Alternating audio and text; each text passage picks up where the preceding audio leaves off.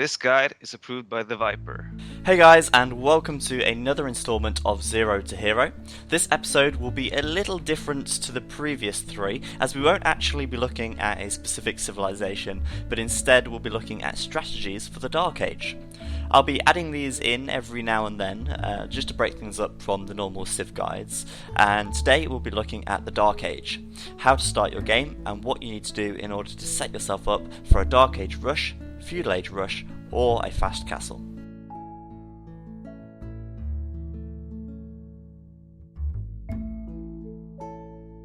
Most games will start exactly the same. Of course, there are tiny variations depending on the civilization that you're playing, but for the most part, pretty much every civilization will have an identical start. First, players should queue as many villagers up at the town centre as they can, and then start building one house with 2 villagers, and another house with the 3rd villager. In the case of the Huns, where you don't need any houses, you can actually move your villagers outwards initially to help scouting and finding your first sheep.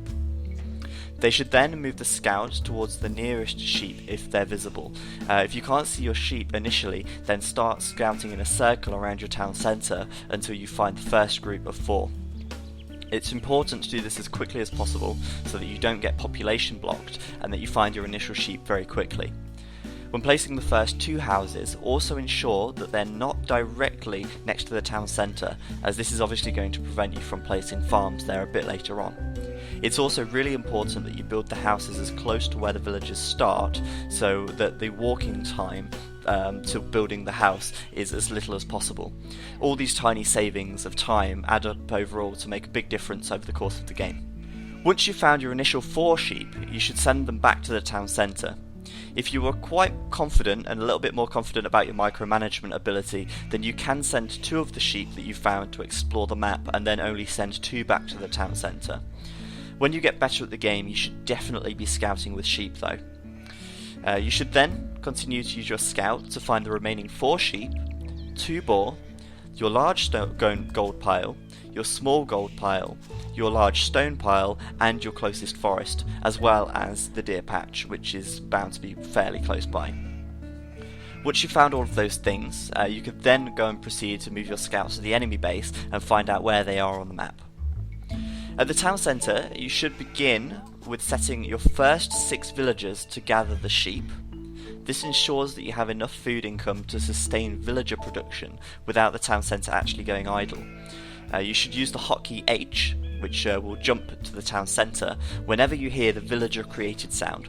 So as soon as you hear a little shh, press the H button and make sure there's another villager being created. You've got to make sure that they're always being created at all times throughout the Dark Age. It's also really important to note that when gathering food from animals, the animals will slowly rot away, so they'll lose food over time. For this reason, it's really important that you take food from only 1 sheep, or 1 boar, or 1 deer at a time. This will ensure that you get the most food out of them. None is going to be wasted that way. If you want to make sure that your villagers don't spread out and gather all of the sheep at once, for instance, if they finish a sheep and there's lots nearby, they're all going to spread out randomly and kill different sheep off. You want to make sure you only keep 2 sheep under the town centre at any time, one that's being eaten and one that's about to be eaten next. The villagers will then finish their sheep that they're on and move directly to the next sheep, and it will already be under the town centre. At that stage, you then move another sheep in under the town centre. Once again, another thing to note, when taking sheep and boar, or even deer, you should try and eat them as close to the drop-off point as possible. So, after your initial 6 villagers on food, it's very common practice to send the following 4 villagers to take wood. The first villager should build the lumber camp at the edge of your closest forest, make sure it's right up to the forest, and then you should send 3 more villagers to wood. If you do intend to rush, then you will certainly need the 4 villagers straight to wood. The next villager that you create should be sent to hunt your boar. If you have a boar on the front and back, then you should always lure the front boar first. If they're both on the front, then you should lure the furthest boar first. This is good practice because obviously a little bit later on, maybe not at lower levels, but later on, if your opponent intends to steal your boar, then they'll go for your furthest boar from your town centre, the closest to them. So when luring your boar, make sure that you go for the furthest one first. Also, when you do lure the boar, make sure you hit it twice with the villager luring it and then run back to the town centre. You should aim to send the villager so that the boar ends up directly underneath the town centre, obviously being the closest point to the drop-off. At this point, you'll be on 12 population once the villagers lured the boar. And it's important here to remember not to get housed. Obviously at this stage you've built 2 houses, you've got your town centre, that's a total of 15. You're on 12 now, you're going to be making more villagers, so you need more houses. So make sure then that you build a house. The following thing you're going to want to build is a mill. But make sure you build the house before the mill to ensure that you get you've got enough wood to actually build the house. If you build the mill first, you might not have enough wood for the house afterwards and you might get population blocked. Obviously, getting population blocked costs you time and it's never a good thing. So anyway, once the boar is back at your town centre, the chances are if it's quite far away, you would have actually built the mill or the house with the next villager whilst you're still luring the boar. You should make sure that the villagers that are gathering the sheep drop their resources off first before attacking the boar. That's really important, because if you don't do this, the food that the villagers are carrying will disappear and you'll lose a lot of food from it. So make sure you garrison your villagers inside of your town centre or drop them off by right-clicking the town centre. A very effective way to do it is by garrisoning them and then setting them to take the boar, and they'll all come out and attack the boar in unison. Okay, so that's pretty much a standard start for every civilization. Maybe, the Chinese are going to be a little bit different, but I can't go into all the pinpoints about every civilization at once because obviously there's a lot of different varieties of civilization. But for the most part, that's exactly how it's going to go initially. What we're going to look at first is how to do a fast 22 population feudal age so that you can feudal rush. So after you've sent your first boar villager, you should then proceed to add 3 more villagers to berries. So you've got your mill up and you've got 3 villagers going to berries next. The 4th villager that you create after you've lured your first boar in should then go and lure the second boar. So that makes sure that you've always got a boar coming. The second boar should come in just as your first boar is finishing up if you do that right. You'll also need a house around this time, again. So one of your villagers that's gathering wood, you should use to build another house. You could also use a berry villager to do that as well. And this will bring your total population limit to 25, which is all you need to do a fast feudal. Once the second boar is lured, you should create farms with the weakest villagers. So the ones that lured the boar and the ones that may have taken damage whilst killing it. This will keep them close to the town centre and it will reduce the chances of them being sniped off later by maybe scouts, for instance. The following 3 villagers after the second boar lure should then be tasked to taking the boar and sheep under the town centre. So obviously you're creating some farms, you're taking villagers away from taking the boar, so the next 3 should then go on to taking the boar. After you've done that, the 21st villager should be sent to build a second lumber camp, and it should be a little bit further away from your first one, or even better, on another forest altogether. And the reason for this is if you do get rushed, then you've always got another lumber camp ready there. You can transition villagers over to it quite easily. And your final 22nd villager should then also be sent to collect wood. Finally, after your 22nd villager, you should upgrade Loom before researching the feudal age upgrade. And that's really important because you want to do Loom last, but also you don't want to not do it, because if anyone does come in with some army, if they're faster than you, they can kill your villagers very quickly. If your boar are quite far away though, in the example that I showed earlier I think, then you should get a Loom just before you send your villager over to take the boar. In most situations though, you'll be able to take the boar without problem, and you should get Loom last and then click straight up to feudal. That's the 22 population Dark Age, and it will set you very nicely up for a feudal age rush, a fast feudal age rush. And I'll be releasing a feudal rush video soon where we'll continue from exactly this point. Next, we'll need to rewind a little bit and look at the build order for the fast castle. The aim of a fast castle is to research and reach the castle age as fast as possible. In order to do this, you will need to extend your time in the Dark Age and create extra villagers in order to get enough resources to upgrade to the castle age as soon as you reach the feudal age and have your 2 feudal age buildings. The number of villagers required to fast castle is 27 to 28. Some prefer 27, some prefer 28. Once you've made your 22nd villager, so you've sent your 22nd villager to wood, you should then add more villagers to wood, sending the next 3 there as well.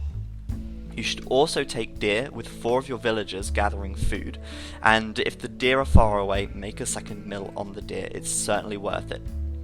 Deer give great food, and they will help you to reach your 800 food for castle very quickly. You should also start building farms with the villagers who are taking the remaining sheep under the town centre. And to ensure that you have enough food, make sure you get the farms up quickly and you, as I said, have the villagers on the wood so that you can afford the farms. You should finally add 2 to 3 villagers to gold before clicking up to feudal.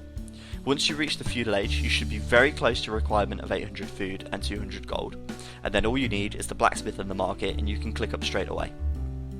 The fast castle really isn't that much different to the standard sort of feudal build, or the feudal age rush build. You just add a few more villagers in and extend your time in the feudal age. Of course, if you are, dark age. If you are planning to go for a fast castle, make sure your opponent can't attack you whilst you're upgrading, because you'll be defenseless and you'll lose a lot of villagers.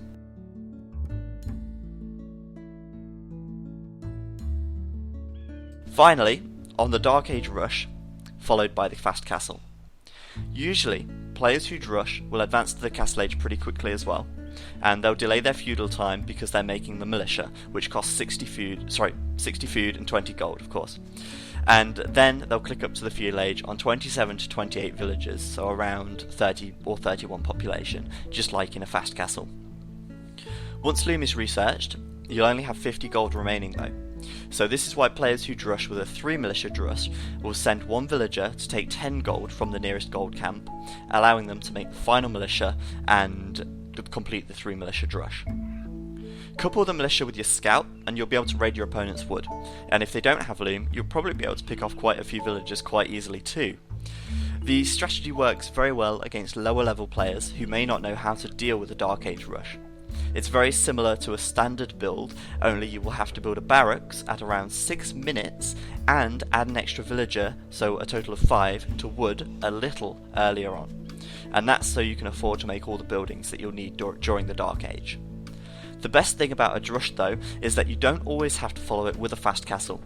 If your opponent is likely to feudal rush you and your drush hasn't really been so successful, then you can very easily add archery ranges and make archers to flush with as well. As I said earlier though, we'll look more at flushing and feudal age rushing in another video. One final thing is how to actually defend against a drush. Firstly, you will need to have an idea of whether your opponent will drush or not. The best way to do this is to scout their barracks. If you see the barracks has flags coming out of it, then that means there are militia inside and you should prepare yourself for the drush. If the other player is a similar skill level to you and their score starts to get a little bit higher or quite a bit higher, then that could also indicate that they're drushing. So if you know your opponent will drush, what are you going to do? There is actually sort of 2 answers to this. One would be to counter the drush by drushing yourself. But in order to do this, you'll have to make sure that you scout their barracks early. It's not really much use actually countering their drush if the militias are already in your base, because that's kind of a bit late. You can also use walls though to prevent a drush from being effective and buy you enough time to go to feudal and make some feudal army to stop them. Walling your villagers into your resources, so putting palisades down to make a sort of line between the lumber camp and the wood, or the gold camp for instance, will prevent the militia from getting in. And walling so that the militia are forced to go close to your town centre will also keep them away, as they will die very quickly under town centre fire obviously. So that pretty much concludes this video about how to do the Dark Age. Hopefully it's actually been helpful to you and you'll learn some of the terminology and everything for the Dark Age. But one thing I will say is just keep practicing and you will get better. It's really just a matter of time and effort. But as I said, hopefully with the information in this video you'll have a much better idea of which build order you should go for, depending on what you plan to do. Anyway guys, thanks for watching. As usual, I've been Zach and I will see you next time.